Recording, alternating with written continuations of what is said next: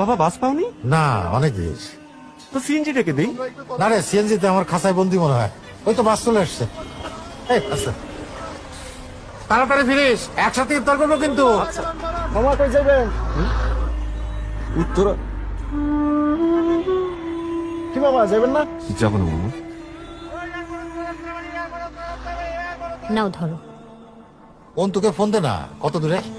দেখছি বাবা। রোজায় করোনার মধ্যে অফিস, চিন্তা হয়। আচ্ছা, একটা মোটরসাইকেলের দাম কত? ভাইয়া রাস্তায়, দেরি হবে। না,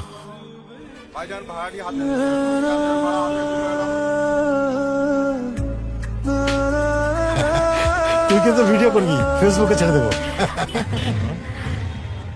সারপ্রাইজ।